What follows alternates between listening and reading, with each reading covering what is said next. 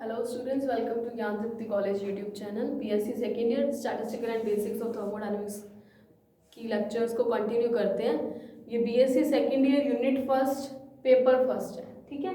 कल हमने क्या किया था, हम स्पेसिफिक हीट के बारे में पढ़ रहे थे कि इसके लिए हमें किसी सॉलिड की, कोई भी सॉलिड हो, उसकी अगर विशिष्ट ऊष्मा निकालनी है तो उसके लिए तीन टाइप के डेरिवेशन, तीन टाइप के साइंटिस्ट ने अलग अलग एक्सपेरिमेंट किए थे। पहला था डिलोंग-पेटिट्स लॉ, इसको क्लासिकल थ्योरी भी बोलते हैं, डिलोंग एंड पेटिट्स लॉ। इसको classical theory of specific heat भी बोलते हैं या इसको थ्योरी ऑफ स्पेसिफिक हीट भी बोलेंगे।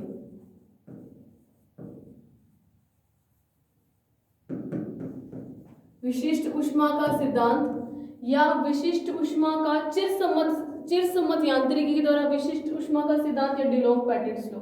तो एक तो ये है, और दूसरी थी जैसे मैंने आपको बताया था आइंस्टाइन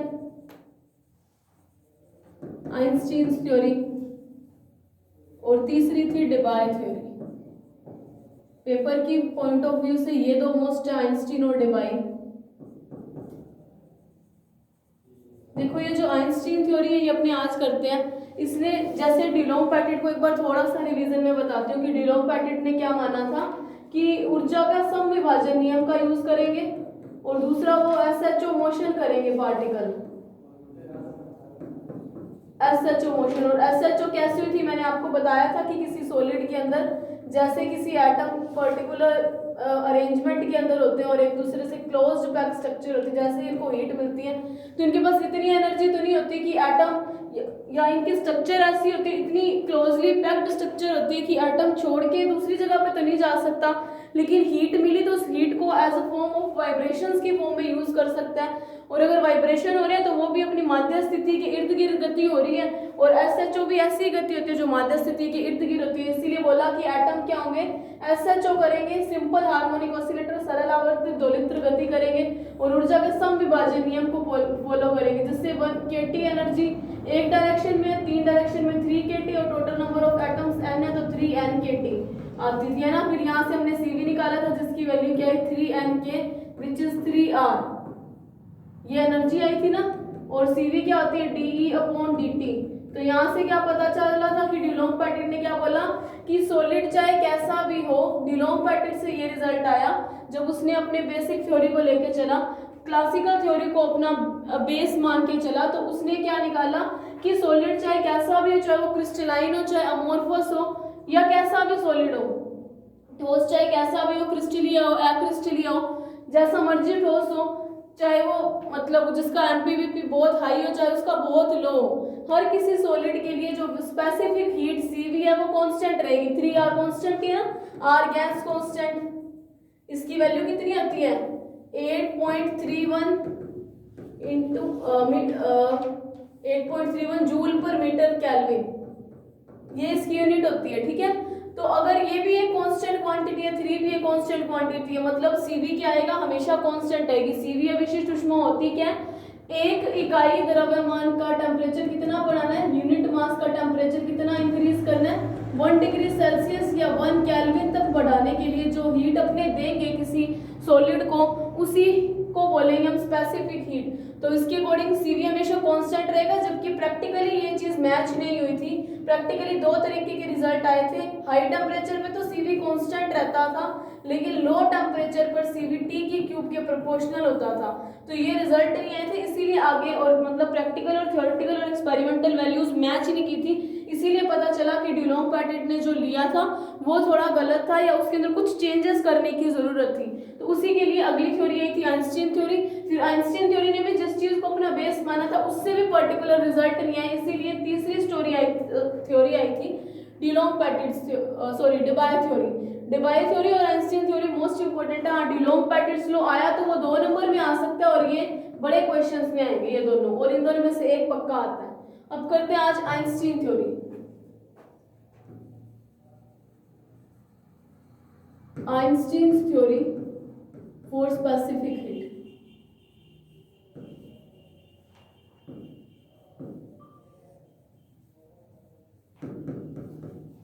विशिष्ट ऊष्मा के लिए आइंस्टीन का सिद्धांत। अब देखो आइंस्टीन ने क्या माना, जैसे डुलोंग पेटिट में कुछ अजम्पशंस थे। पहला अजम्पशन था कि जो एटम होंगे वो एसएचओ करेंगे, सिंपल हार्मोनिक ऑसिलेटर करेंगे, सिंपल हार्मोनिक ऑसिलेटरी मोशन करेंगे। और दूसरा क्या था, ऊर्जा के समविभाजन नियम को फॉलो करेंगे, एनर्जी आधी आधी डिवाइड होगी, जितनी उसके पास काइनेटिक एनर्जी उतनी उसके पास पोटेंशियल एनर्जी भी होगी।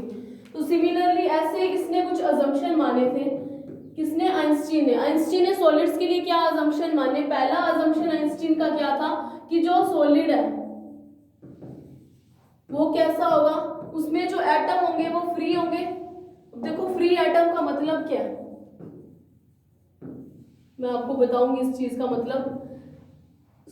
आइंस्टीन ने क्या माना, अपना पहला अजम्पशन माना कि किसी ठोस में परमाणु कैसे होंगे, स्वतंत्र होंगे और कैसे होंगे, समरूप होंगे। मतलब सारे के सारे एटम, जितने भी परमाणु हैं किसी सॉलिड के अंदर, सारे के सारे एटम फ्री हैं। उसका एक, जैसे कि ये सॉलिड है, ठीक है, पर्टिकुलर सॉलिड में एटम दिखा रही हूँ। मान लो कि ये सॉलिड की स्ट्रक्चर कुछ ऐसी है, ठीक है, ये एटम है इसके अंदर।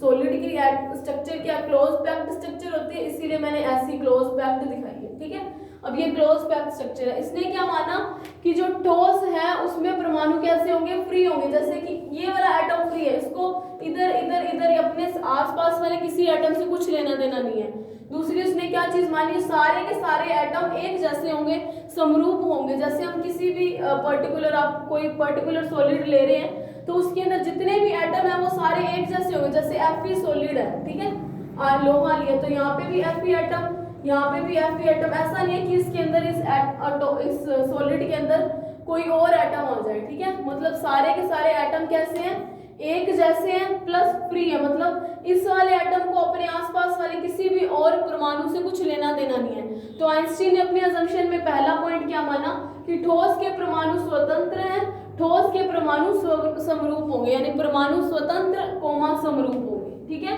फ्री और होमोजीनियस होंगे। अब दूसरी चीज इसने क्या मानी, उसने क्या मानी थी डुलोंग पेटिट ने, कि कैसी मोशन होगी, एसएचओ, है ना। एसएचओ कैसे, इस सॉलिड को हीट मिली, जो हीट की कांटेक्ट में था ये वाला सॉलिड, इसको एनर्जी मिली। अब इस एनर्जी का यूज कैसे करेगा, वाइब्रेशंस की फॉर्म में यूज करेगा, यानी एसएचओ मोशन होगी। इसने भी ऐसा ही माना कि इसने क्या माना, 3 डायमेंशनल एसएचओ मोशन होगी। कैसे, उसने बोला कि सॉलिड एक 3D स्ट्रक्चर है, परमाणु त्रिविम में बंधे हुए हैं, तो उसके अंदर जैसी मोशन होगी एसएचओ तो होगी, लेकिन वो तीनों डायरेक्शन में हो सकती है। यानी कि उसने क्या माना, 3 डायमेंशनल एसएचओ मोशन होगी। सेम वैसी चीज कि जैसे इस सॉलिड को हीट दी, हीट देने के बाद जो एटम ने वाइब्रेशन किया वो एक पर्टिकुलर डायरेक्शन में, क्योंकि सॉलिड 3D स्ट्रक्चर होगी, है ना। जैसे NaCl को आपने पढ़ा, NaCl सॉलिड की स्ट्रक्चर पढ़ते तो वो 3D स्ट्रक्चर ही होती है ना। तो सॉलिड की स्ट्रक्चर 3D है। उसने क्या माना कि परमाणु को जैसे हीट मिलेगी वो एसएचओ तो शो करेगा, लेकिन एक डायरेक्शन में ना होके वो 3D एसएचओ शो करेगा। यानी इसको पर्टिकुलर हिंदी में बोलते हैं त्रिविम सरल आवर्ती दोलित्र गति, ठीक है, 3 dimensional simple harmonic oscillatory motion. तो 2 अजम्पशंस इसके हैं। पहला क्या माना, एटम फ्री है, दूसरा समरूप है, ठीक है, सारे के सारे परमाणु एक जैसे होंगे। दूसरी चीज क्या मानी कि 3 डायमेंशनल एसएचओ मोशन किया। तीसरी चीज इसने क्या मानी कि मान लो अपने पास किसी परमाणु के किसी सॉलिड के अंदर n एटम्स हैं, n एटम है, तो मुझे पता है कि एक त्रिविम एसएचओ हो रही है, तो मतलब एक विमीय 1 डायमेंशनल एसएचओ कितने होंगे, 3 × n, क्योंकि एक एटम 3 एसएचओ 3 डायरेक्शंस में एसएचओ शो कर सकता है। और अगर हमें टोटल एसएचओ देखने हैं तो n एटम्स, और जितनी टोटल डायरेक्शन में वो एसएचओ शो करता है तो वो एक एटम 3 में शो करता है, तो n एटम किस में शो करेंगे, 3n में। तो मतलब अगर ठोस के अंदर n परमाणु है तो एक विमीय सरलावर्ती दोलित्रों की संख्या कितनी होगी, 3n के इक्वल होगी, ठीक है। चौथी चीज इसने क्या मानी थी आइंस्टीन ने चौथी चीज मानी कि एटम जो है, जैसे किसी एटम को हीट मिलेगी, इसको जैसे मान लो हीट मिली इस एटम को, इसने वाइब्रेशंस शो करने शुरू किए, ठीक है, वाइब्रेशन शो करना, कंपन करना, यानी कि उसने क्या किया, एसएचओ किया। और इसके अकॉर्डिंग एसएचओ भी कैसा, 3D एसएचओ किया।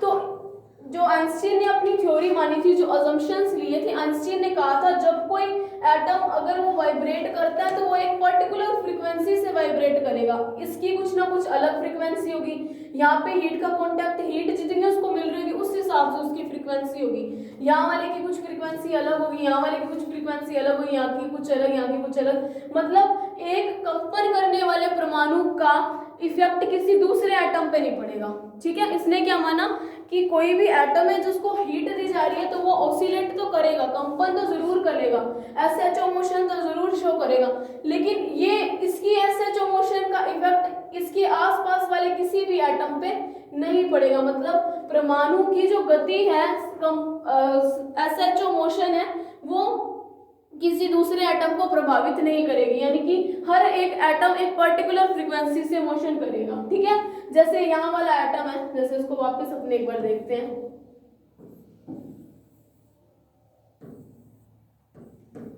जैसे कि ये सॉलिड है, एटम छोटे बड़े जरूर हो रहे हैं लेकिन होते नहीं है, वैसे मैं आपको ऐसे ही बता रही हूँ। जैसे कि ये सॉलिड है, ठीक है, इसको हीट मिली, इस एटम को स्पेसिफिक हीट है, विशिष्ट ऊष्मा, मतलब हम बाहर से हीट दे रहे हैं तभी इसका 1 यूनिट का टेम्परेचर कितना पहुंचा है, 1 डिग्री सेल्सियस या 1 कैलोरी।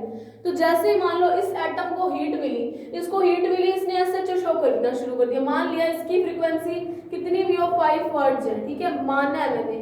तो इसकी फ्रीक्वेंसी 5 हो, ये जरूरी नहीं है, इसकी हो सकता है इसको हीट ज्यादा मिल रही है, उसकी 6 हो जाए, और इधर वाले को हो सकता है कम मिल रही है, उसकी 3 हो जाए, इसकी 2 हो जाए, इसकी 7 हो जाए, कितनी भी हो सकती है। मतलब उसने क्या माना कि एक परमाणु पर्टिकुलर एटम जब वो मोशन कर रहा है, एसएचओ शो कर रहा है, तो उसकी क्या होगी, एसएचओ करने वाले मोशन की जो फ्रीक्वेंसी है न्यू, वो इससे इससे इससे इससे आपस में, मतलब इन सबकी एक जैसी हो ये जरूरी नहीं है। मतलब हर एक परमाणु एक स्वाभाविक आवृत्ति से एसएचओ करेगा और वो आपस में एक दूसरे से अलग अलग होंगे। ठीक है, क्या कहना चाह रही हूँ मैं कि एसएचओ तो होगी लेकिन इस वाले एटम की एसएचओ का इफेक्ट इसके आसपास वाले किसी परमाणु पे नहीं पड़ेगा। तो अभी तक आइंस्टीन के 4 अजम्पशन पढ़े। देखो अजम्पशंस मोस्ट इंपॉर्टेंट है, अजम्पशन के बेस पे थ्योरी आई थी और इन्हीं अजम्पशंस के कारण ही कुछ ना कुछ इनके अंदर कुछ गलतियां थी, तभी ये आइंस्टीन इनकरेक्ट हुआ। इनकरेक्ट नहीं बोल सकते कि प्रैक्टिकल और एक्सपेरिमेंटल वैल्यूज, सॉरी थ्योरेटिकल और एक्सपेरिमेंटल वैल्यूज मैच नहीं की थी, इसीलिए हमें अगली थ्योरी आई थी, डेबाय थ्योरी। ठीक है, तो सॉलिड कैसा है, परमाणु कैसे होंगे, फ्री समरूप, 3 डायमेंशनल एसएचओ, एन परमाणु, तो फिर हमारे पास 1 डायमेंशनल एसएचओ कितने होंगे, 3n होंगे। चौथा पॉइंट क्या है कि हर एक परमाणु किसी पर्टिकुलर फ्रीक्वेंसी से ऑसिलेट करेगा और इन ऑसिलेटरी या इन एटम का, ऑसिलेटरी एटम्स का एक दूसरे के ऊपर किसी तरीके का कोई प्रभाव नहीं है। ठीक है, पर्टिकुलर फ्रीक्वेंसी लिख रही हूँ यहाँ पे।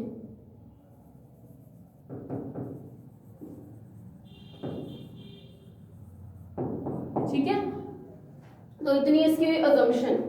अब ये इसकी अजम्पशन है, आप अपने को पता है कि एसएचओ करता है जब एसएचओ सरल आवर्ती दोलित्र, ये टॉपिक मैंने आपको पहले करवा चुकी हूँ, इसीलिए मैंने ये 3 टॉपिक पहले सेकेंड ईयर और फाइनल ईयर की क्लास एक साथ लेके किया था। तो मुझे पता है अगर एसएचओ कर रहा है तो उसकी लिए एनर्जी कितनी होगी, n + 1/2 h न्यू। अगर आपने ये टॉपिक किया होगा आपको याद होगा, मैंने ऊर्जा इतनी निकाली थी, n + 1/2 h न्यू। अगर मैं इसका 2 पाई से ऊपर नीचे मल्टीप्लाई कर दूं, यहाँ पे क्या लिखोगे, we know energy for SHO, सरल आवर्ती दोलित्र की ऊर्जा। ठीक है, एनर्जी कितनी है कि n + 1/2 h न्यू होती है।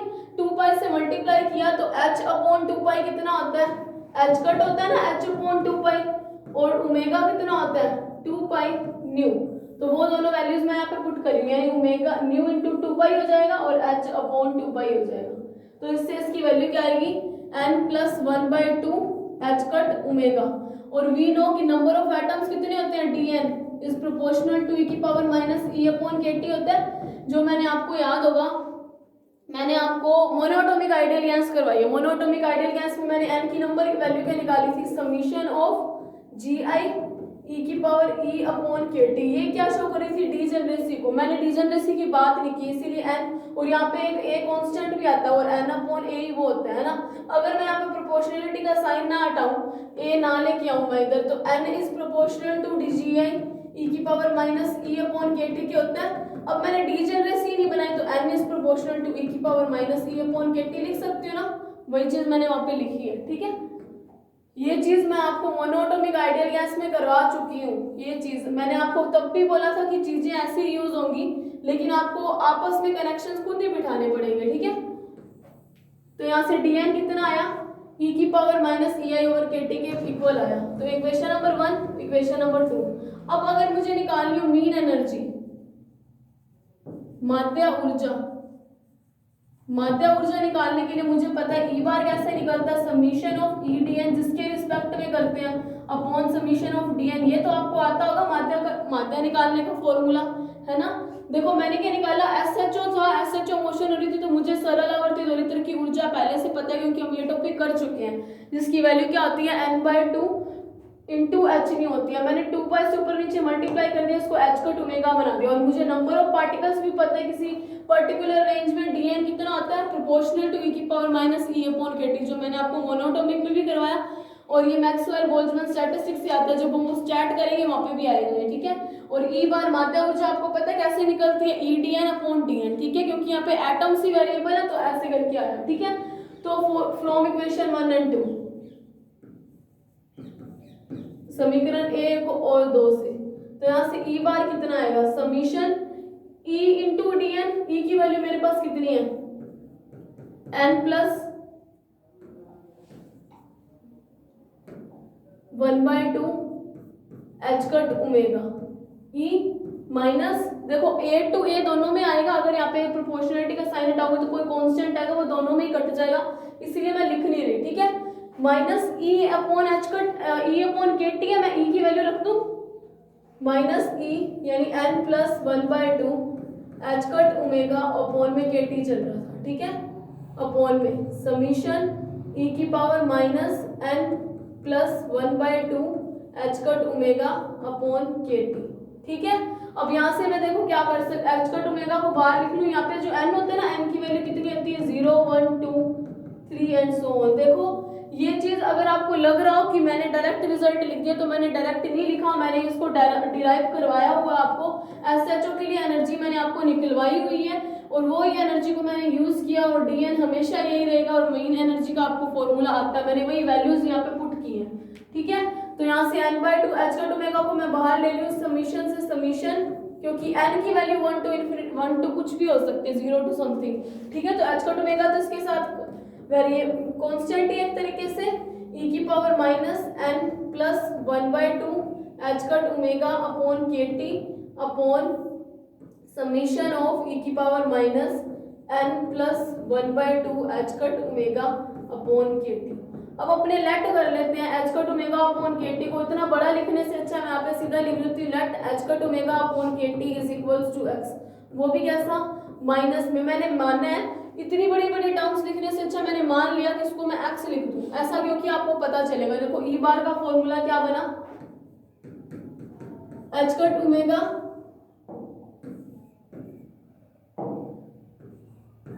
ओमेगा समीशन n प्लस 1/2 एक पड़ा था, e की पावर क्या था, minus n plus 1/2 H cut omega upon K T. मैंने H cut omega upon K T with minus sign, मैंने उसको क्या माना, x, तो n प्लस 1/2 x लिख दूं, ठीक है ना।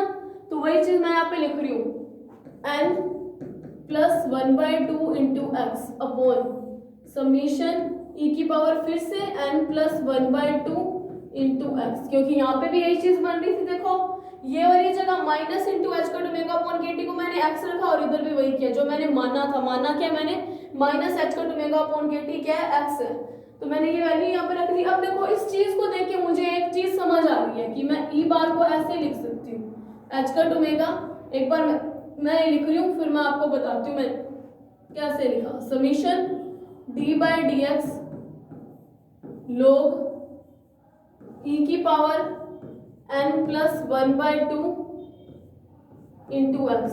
देखो अगर मैं log e की पावर n प्लस 1/2 एक्स का डिफरेंशिएशन करके लिखूं विद रिस्पेक्ट टू एक्स, तो ऊपर वाली टर्म बनती है क्या, मैंने ऊपर वाली टर्म की जगह ये लिखा, देखो मैंने ये लिखा, मैंने क्या लिखा, D by D x log e की power n plus 1/2 into x, यही लिखा ना। अब इस टर्म का मुझे x के रिस्पेक्ट डिफरेंशिएशन करना है। जब मैं इसको सॉल्व करती हूँ तो मुझे log का पता है 1/x आता है, 1/x की जगह क्या है, n प्लस 1/2 इंटू एक्स। अब मेरे को e की पावर x का करना है, तो e की पावर x का करूंगी n plus 1/2 into 1 into E की power X as it is आता है n प्लस 1/2 इंटू एक्स। तो यहाँ से जब मैंने इसको सोल्व किया तो मेरे पास बचा n प्लस 1/2 इंटू 1 को मैंने छोड़ दिया, ई की power n plus 1/2 into X upon E की power n plus 1/2 into X. तो जो चीज़ मैंने यहाँ पे ये मानी है इससे यही रिजल्ट आया और यहाँ पे यही मेरे पास कुछ पड़ा है, ऐसा ही कुछ पड़ा है ना। देखो ये वाली जो टर्म है, ये वाली जो टर्म है इतनी इतनी, इसको मैंने क्या लिखा, ये log e की power n plus 1/2 x with differentiation करते हुए। जब अगर मैं इस डिफरेंशिएशन को सॉल्व करती हूँ तो मैंने आपको करके दिखाया, मेरे पास वही चीज बनी, वो चीज बनी है तो मैं ये लिख सकती हूँ, मैंने यहाँ पे ये लिख दिया, ठीक है। अब मेरे को इसको और सॉल्व करना है। वी नो की value of n is equal to कितनी होती है, for all n is equals to 0 1 2 3 and so on. n की वैल्यू कुछ भी हो सकती है, तो मैं उस n की वैल्यू यहाँ पे पुट करती हूँ। अगर मैंने n की वैल्यू कर दी पुट तो मुझे समीशन लगाने की जरूरत है नहीं है, क्योंकि समीशन भी सम को शो करे तो, और मैंने n की वैल्यू ही जब रख दी तो मुझे समीशन की जरूरत नहीं है। तो h by omega d by D x log, मैं एक ब्रैकेट लगा रही हूँ, ठीक है।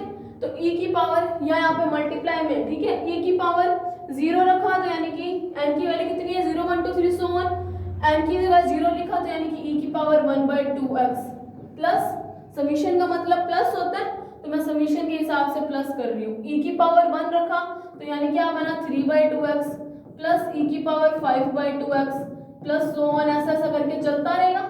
अगर ये चलता रहेगा इसको मैं ऐसे लिख सकती हूँ h cut omega d upon D x log, मैं क्या करूं इस पूरी टर्म में e की पावर 1/2 एक्स मुझे सब में कॉमन दिखाई दे रहा है ना, e की पावर 1/2 एक्स, यहाँ पे क्या है 1 प्लस 1/2 एक्स है, अगली बार क्या है 2 प्लस 1/2 एक्स है, मतलब मेरे को e की पावर 1/2 एक्स सब में कॉमन दिख रहा है। अगर मुझे कॉमन दिख रहा है तो मैं कॉमन ले लेती हूँ, इसको सॉल्व कर रही हूँ इस तरीके से, e की पावर 1/2 एक्स कॉमन लिया तो ब्रैकेट में क्या बचा, देखो मैं ब्रैकेट चेंज कर रही हूँ ताकि आपको पता चल जाए, ठीक है। ऐसे करके लिखा मैंने, यहाँ पे क्या बचा e की पावर 1/2 एक्स कॉमन लेने के बाद यहाँ पे क्या बचा 1 प्लस 1/2 एक्स, मतलब कितना बचा e की पावर x प्लस यहाँ पे कितना बचेगा e की power 2x plus so on, यही चीज बचेगी। देखो मैंने क्या किया, n की वैल्यू मैंने क्या रखी 0 1 2 3 सो ऑन, जितनी मैंने मानी थी मैंने वो वैल्यूज रखी, और वो वैल्यू रखने के बाद मुझे सब में e की पावर 1/2 एक्स कॉमन दिखा, तो मुझे कॉमन दिखा तो मैंने वो टर्म कॉमन ले ली, ठीक है। ये चीजें मैं रफ कर रही हूँ, या आप अपनी रफ मतलब साइड पे अपने लिए नोट कर लेना कि आपको ध्यान रहे कि इसीलिए वो जगह पे इस स्टेप को यहाँ पे कैसे लेके आए, ठीक है। वैसे तो इतनी टफ वाली बात है नहीं, आपको समझ आई ही होगी एक बार देख के कि ये चीज कैसे है। अब देखो इसको आगे सॉल्व करते हैं। अब आगे देखो e बार की वैल्यू क्या आई, h cut omega d by D x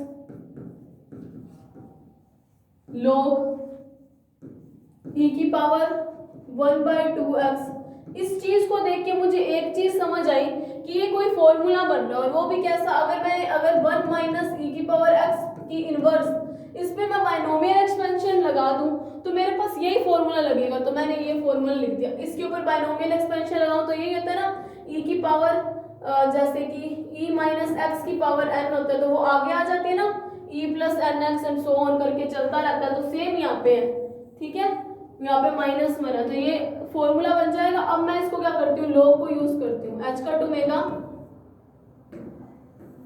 ये फॉर्मूला आपको पता होगा जो मैंने यहाँ पे ये लिखा है, ये चीज आपको पता है, अगर इसको सोल्व करोगे तो यही चीज बनेगी, ठीक है। तो उसकी जगह मैंने वैल्यू रख दी, तो यहाँ पे d बाई डी एक्स,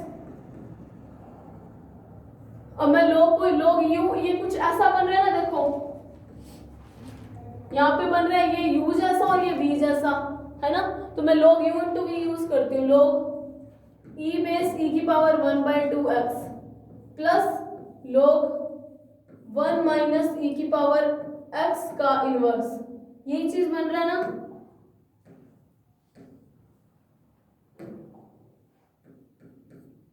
अगर ये चीज बन रही है तो ये एक तरीके से एंटी लॉग वाला काम किया इस स्टेप में, तो मतलब ये वाला इसकी वैल्यू कितनी आएगी 1/2 h cut omega d by D x, यहाँ पे क्या आया 1/2 x और log का काम क्या होता है, पावर आगे आ जाती है तो मतलब मैं ये -1 आगे लाके लिख रही हूँ, ठीक है। जैसे log x स्क्वायर होता है तो उसको हम 2 log x लिख सकते हैं, सेम यहाँ पे लिख रही हूँ -log 1 माइनस e की पावर x, यही चीज बनी।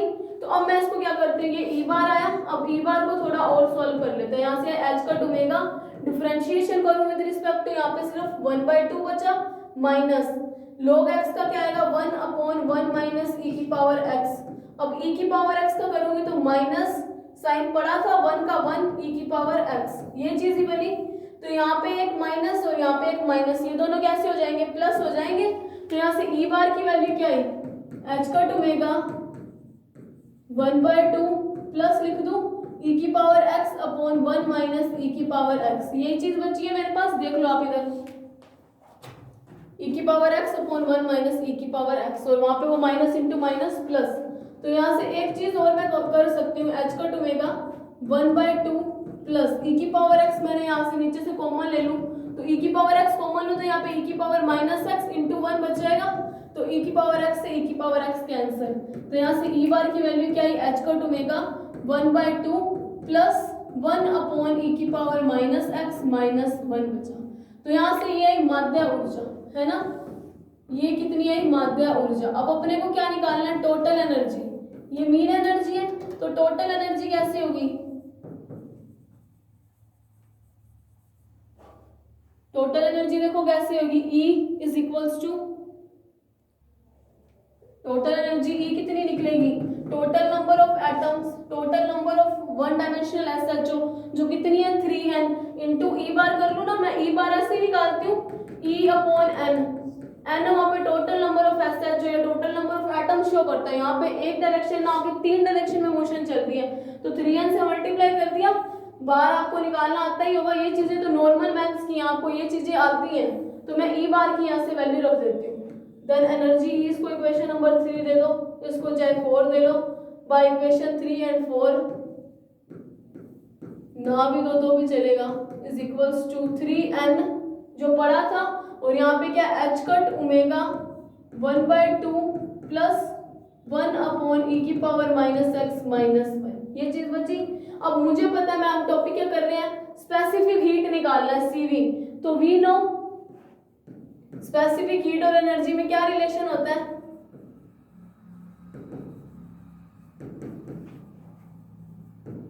CV इज इक्वल्स टू क्या होगा DE अपॉन DT होता है। देखो अब यहाँ पे T नहीं है, एक स्टेप और हमें करना पड़ेगा कि हम यहाँ पे x की वैल्यू पुट कर दे जो अपने मानी थी, मैं यहीं पे x की वैल्यू पुट कर दूं, देखो यहाँ पे T नहीं है इसलिए मैं x की वैल्यू पुट कर रही हूँ। यहाँ से E बार क्या आएगा, h cut omega bracket 1/2 plus 1 upon e की पावर f माइनस x की वैल्यू मैं पुट करूँ, x की मैंने क्या वैल्यू लट की थी minus h cut omega upon kt, और यहाँ पे मेरे पास एक माइनस x ही पड़ा है तो यानी यहाँ पे सीधा क्या आ जाएगा e की power h cut omega upon kt minus 1, यही चीज बचेगी ना। तो यहाँ पे भी मैं सीधा लिख दूं, ये टर्म हटा के मैंने क्या किया x की वैल्यू पुट की है सिर्फ और सिर्फ, जब मैं यहाँ पे x की वैल्यू पुट करूंगी तो यहाँ पे आएगा e की power h cut omega upon kt minus 1, यही चीज बचेगी ना हमारे पास। देखो मैंने क्या किया सिर्फ और सिर्फ x की वैल्यू पुट की है, जो x की वैल्यू थी minus h cut omega upon kt, और इधर एक माइनस पड़ा ही है इसीलिए वो माइनस टू माइनस प्लस हो गया। तो यहाँ से CV क्या निकलेगा 3n h cut omega constant, इसका करेंगे 1/2 का तो 0 क्योंकि ये कांस्टेंट है, प्लस अब देखो 1 अपॉन e की पावर x जैसा कुछ पड़ा है, या 1 अपॉन x का क्या होता है, देखो इसको सोल्व करो आप, इसकी वैल्यू क्या आती है 1 अपॉन x की, तो इसकी वैल्यू आती है -1 अपॉन x स्क्वायर आती है। तो देखो वही हम वैल्यू यहाँ पे रखते हैं, जब इस वैल्यू को अपने रखेंगे इसको सोल्व करेंगे तो इसकी कैसे वैल्यू आएगी, तो इसकी वैल्यू देखो क्या आई माइनस, मैं प्लस का साइन हटा दूं, -1 अपॉन e की power h cut omega upon kt -1 into x square, x का स्क्वायर हो गया एक तरीके से, ठीक है। अब e की पावर फिर से h cut omega upon kt का करेंगे, h cut omega upon k constant था, और d का देखो मैं इधर लिख रही हूँ इसको, वहां पे स्पेस कम होने के कारण वहां पे ये पूरा नहीं आएगा, थोड़ा टाइट करके लिखते हैं। तो यहाँ से CV की वैल्यू क्या आई 3n h cut omega 0 plus की जगह यहाँ पे क्या आएगा -1/e h cut omega upon KT -1 का होल स्क्वायर बनेगा। इधर यही चीज बनेगी। तो मैं प्लस का साइन हटा के मैं डायरेक्टली माइनस का लगा रही हूँ, ठीक है। डॉट e⁻x का e⁻h cut omega upon KT होता है और फिर x का करते हैं तो यहाँ से h cut omega upon k तो आया कांस्टेंट और 1/t का करेंगे तो मैं कितना आएगा -1/t²। वो मैंने इधर लिख दिया, ठीक है। तो माइनस इंटू माइनस कितना हो गया प्लस। तो यहाँ से CV की वैल्यू क्या आई 3n h कट ओमेगा 0 ना लिखूं माइनस इंटू माइनस प्लस यानी कि h cut omega upon KT² into e⁻h cut omega upon KT upon e⁻h cut omega upon KT -1 का होल स्क्वायर, ठीक है। जो टर्म कैंसिल आउट होती है क्या कुछ टर्म्स, कोई टर्म कैंसिल आउट नहीं हो रही। तो यहाँ से देखो CV की वैल्यू कितनी आई अब देखो यहाँ पे एक चीज बन रही है कि अगर मैं यहाँ पे एक k का देखो इधर अगली स्लाइड में लिखती हूँ CV is equals to 3n h cut omega h cut का square omega square upon KT² बनता है। इधर देखो एक h कट ओमेगा ये पड़ा एक ये रहा तो h cut square omega square यहाँ पे एक k बचा और इसका भी स्क्वायर बना, ठीक है। तो मैं क्या करती हूँ एक बार k अपॉन k से मल्टीप्लाई कर देती हूँ ताकि यहाँ पे भी k² आ जाए e⁻h cut omega upon KT upon e⁻h cut omega upon KT -1 का होल स्क्वायर, ठीक है। अगर मैंने ऐसा कर दिया यहाँ पे 3nk लिख दूं ये वाला k जो है मैं इधर ले, ठीक है।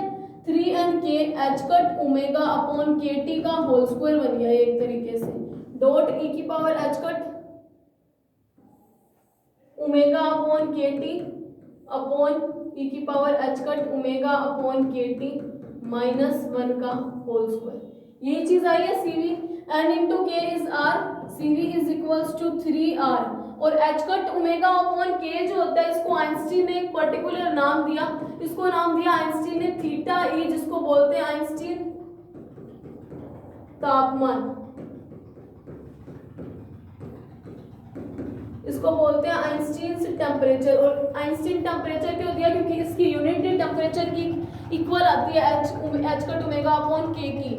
इसको आइंस्टीन ने क्या नाम दिया क्योंकि आइंस्टीन ने थ्योरी दी थी इसलिए इसको नाम दिया आइंस्टीन टेम्परेचर। तो यहाँ पे मैं इसकी वैल्यू रख देती हूँ थीटा e अपॉन t का होल स्क्वायर डॉट यहाँ पे भी जब मैं उसकी वैल्यू लिखूंगी तो theta e upon t upon theta e upon t -1 का होल स्क्वायर।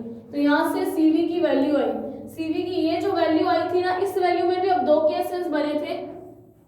पहला case when temperature is much greater than theta E, दूसरा case when temperature is much less than theta E. जब temperature much greater than theta E है ना तब इस particular term को solve करने पर इसकी वैल्यू 3r के इक्वल आती थी, लेकिन जब टेम्परेचर लेस देन था तो CV जो है वो T की क्यूब के समानुपाती नहीं आया, जो कि ड्यूलोंग पेटिट ने एक्सपेरिमेंटली रिजल्ट से ये बताया था कि हाई टेम्परेचर पे तो CV कांस्टेंट आता है लेकिन लो टेम्परेचर पे CV जो है वो T की क्यूब के समानुपाती नहीं आएगा। तो यहाँ से हमारे पास दो केस बने। केस फर्स्ट क्या था कि when temperature is greater than तब CV इज इक्वल्स टू थीटा ई। टेम्परेचर आइंस्टीन तापमान से ज्यादा हो तो CV की वैल्यू कांस्टेंट आती थी जो प्रैक्टिकली भी मैच की, लेकिन जब टेम्परेचर कम हो तो CV की वैल्यू T की क्यूब के समानुपाती नहीं आई है। मतलब प्रैक्टिकली जो वैल्यू थी एक्सपेरिमेंटल जो वैल्यू थे वो आइंस्टीन की इस थ्योरी से मैच नहीं किए, इसीलिए आइंस्टीन की थ्योरी थोड़ी सी इसको और चेंजेस की जरूरत थी, इसीलिए डेबाई की थ्योरी आई थी। तो ये आइंस्टीन का जो specific heat theory of Einstein है वो आज यहाँ पे कंप्लीट होती है। तो देखो कुछ भी नहीं किया हुआ, सिंपल वैल्यूज है। ई बार निकालने का हमें फॉर्मूला पता है, ये SHO की एनर्जी थी वो मैंने वैल्यूज पुट की, इसको मैं ऐसे लिख सकती थी। एक बार देख लेते हैं। E एनर्जी इतनी आती है SHO की और DN मुझे पता ही होती है। मीन एनर्जी निकालने का ये एक तरीका होता है जो मैथ्स में आप बहुत बार सॉल्व कर चुके होंगे। तो वही वैल्यूज मैंने यहाँ पे पुट की। जब पुट की तो h cut omega upon KT with minus को मैंने x सेलेक्ट कर लिया। फिर मैंने इसको जैसे ये लिखा तो मुझे समझ आया कि मैं इसको ऐसे लिख सकती हूँ, ऐसे लिख सकती हूँ। तो n की डिफरेंट वैल्यूज मैंने पुट कर दी। समीशन हट गया क्योंकि समीशन का मतलब सम था और n की वैल्यूज रखना था, तो वो मैंने रख दिया। तो इसको जब और सॉल्व किया तो मेरे पास ई बार की एक वैल्यू आ गई, वो है ये। अब ई बार की मेरे पास ये वैल्यू आने के बाद